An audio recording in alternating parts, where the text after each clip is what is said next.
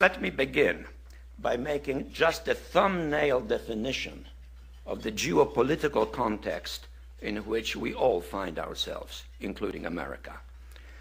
And in my perspective, that geopolitical context is very much defined by two new global realities.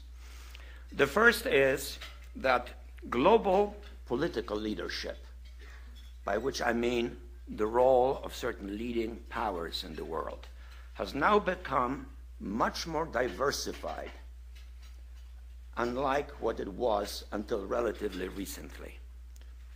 Relatively recently still, the world was dominated by the Atlantic world, as it had been for many centuries.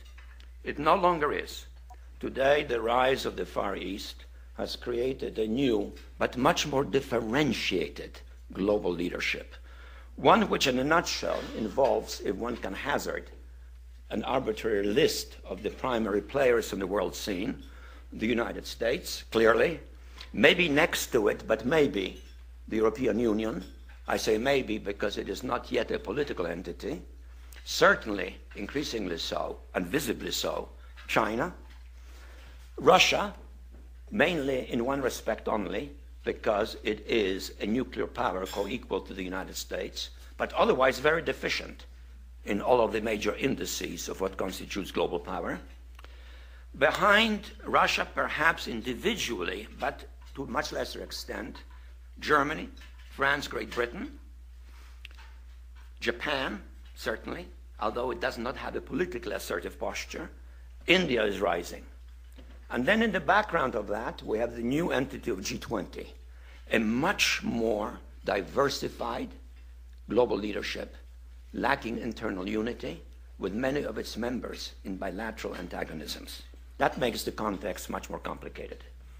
The other major change in international affairs is that for the first time in all of human history, mankind is politically awakened. That's a total new reality. Total new reality. It has not been so for most of human history until the last 100 years. And in the course of the last 100 years, the whole world has become politically awakened. And no matter where you go, politics is a matter of social engagement, and most people know what is generally going on in the world, and are consciously aware of global iniquities, inequalities, lack of respect, exploitation. Mankind is now politically awakened and stirring. The combination of the two, a diversified global leadership, politically awakened masses, makes a much more difficult context for any major power, including, currently, the leading world power, the United States.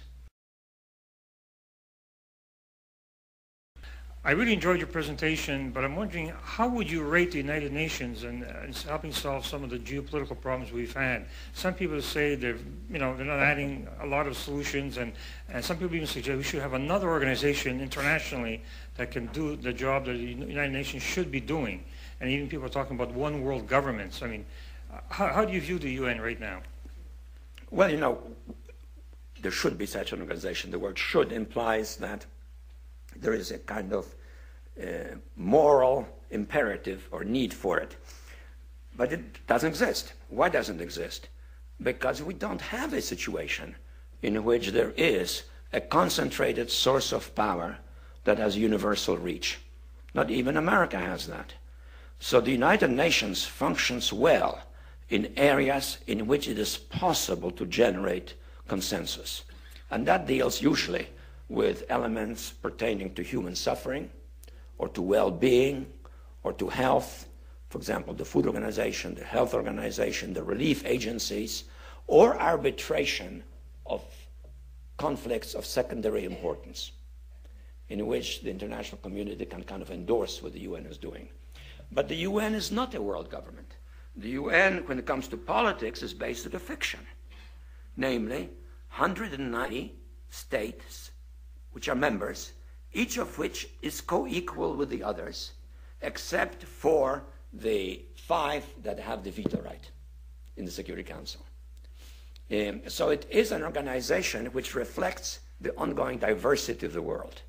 And I think we have, as a consequence, we have to realize that real solutions to political problems, to political conflicts, come from those entities that have power and have the willingness or the ability to coalesce or get stymied in the process or even go into conflict. The UN can deal with areas regarding which there's a great deal of international consensus, like the ones I've mentioned. And that reality is going to continue for some time to come.